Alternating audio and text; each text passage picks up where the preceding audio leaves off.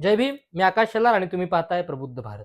आज मी तुम्हाला महाराष्ट्रातील एका अशा वास्तवाबद्दल सांगणार आहे, ज्याकडे सरकार, प्रशासन आणि समाजानं गांभीर्यानं पाहिलं नाही, तर भविष्यात त्याचे परिणाम अत्यंत भयावह असू शकतात. आपण रोज ऐकतो की महिला सुरक्षा वाढली, मुली सुरक्षित आहेत, पोलीस यंत्रणा सतर्क आहेत, सरकार कटिबद्ध आहे. पण आकडेवारी काय सांगते? तर आकडेवारी सांगते की महाराष्ट्रात मुली आणि बालके अजूनही सुरक्षित नाहीत. नॅशनल क्राईम रेकॉर्ड्स ब्युरो अर्थात NCRBच्या 2024च्या अहवालाने महाराष्ट्रातील परिस्थितीचे अत्यंत विदारक चित्र समोर आणले आहे. एका वर्षात महाराष्ट्रातून तब्बल 3495 बालके बेपत्ता झाली आहेत. हा आकडा ऐकताना कदाचित काही लोकांना तो फक्त एक आकडा वाटेल, पण पत्रकार म्हणून मी तुम्हाला सांगू इच्छितो, हा आकडा नाही. ही आहे 3495 उद्ध्वस्त झालेली कुटुंबे. ही आहे 3495 मातांच्या डोळ्यातील अश्रू. ही आहे 3495 वडिलांच्या छातीत पेटलेली असहायतेची आग. आणि सर्वात धक्कादायक बाब म्हणजे वर्षभरातील प्रकरणांसह हरवलेल्या बालकांची सक्रिय संख्या 5540 इतकी आहे. म्हणजे हजारो मुलांचे आजही काहीच ठावठिकाणा नाही. ते कुठे आहेत? ते सुरक्षित आहेत का? त्यांचे अपहरण झाले आहे का? त्यांची तस्करी झाली आहे का? ते कोणाच्या तावडीत आहेत का? या प्रश्नांची उत्तरे कोण देणार? सरकार देणार का?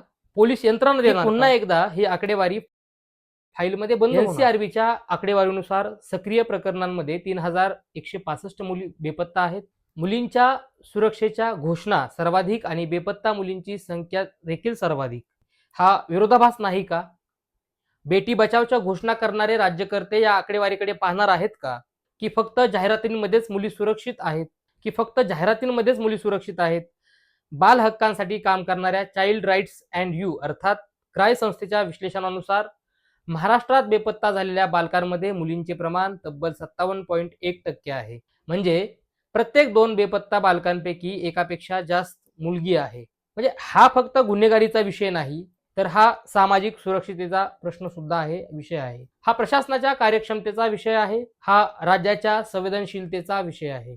याहूनही धक्कादायक बाब म्हणजे महाराष्ट्रात 2024 मध्ये बालकांविरुद्धच्या गुन्ह्यांची तब्बल 24,171 प्रकरणे नोंदवली गेली आहेत. आणि हा आकडा देशात सर्वाधिक आहे. होय, देशात सर्वाधिक. आणि तरीही आपण स्वतःला प्रगत राज्य म्हणवतो. महाराष्ट्र शिक्षणात प्रगत आहे, उद्योगात प्रगत आहे, विकासात प्रगत आहे. पण आपल्या मुलांच्या, बालकांच्या सुरक्षेत आपण कुठे उभे आहोत याचा विचार व्हायला हवा. आणि हा प्रश्न सुद्धा आता विचारण्याची वेळ आली आहे. अपहरणाच्या प्रकरणांमध्ये देखील महाराष्ट्र गंभीर संकटांचा सामना करत आहे. भारतीय न्यायसंहिता आणि भारतीय दंड संहिता अर्थात बालकांच्या अपहरणाची तब्बल 12,994 प्रकरणे नोंदवली गेली आहेत. 12,994 हा आकडा धक्का देणारा नाही का? एका लोकशाही राज्यात एवढ्या मोठ्या प्रमाणावर बालकांचे अपहरण होत असताना आणि होत असेल तर प्रशासन नेमके काय झोपा काढतंय का, असा सवाल सुद्धा आता उपस्थित होतोय. यामध्ये किती आरोपींना शिक्षा झाली, किती बालके परत सापडली आणि किती प्रकरणांचा छडा लागला आणि किती प्रकरणे आजही अंधारात आहेत, या प्रश्नांची उत्तरे जनतेला मिळाली पाहिजेत. कारण ही फक्त आकडेवारी नाही, तर ही महाराष्ट्राच्या कायदा आणि सुव्यवस्थेची परीक्षा आहे.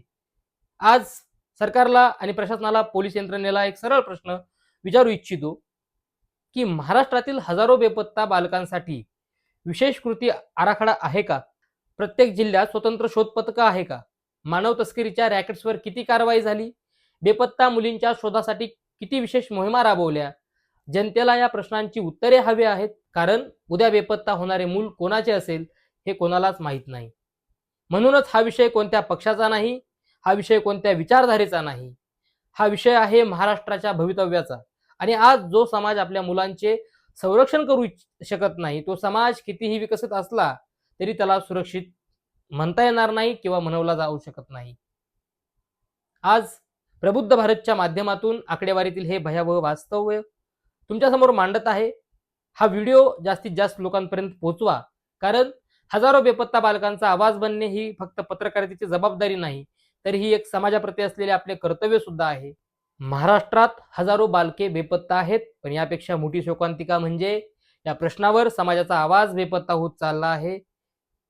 हे खूप धक्कादायक आहे. जय भीम. धन्यवाद.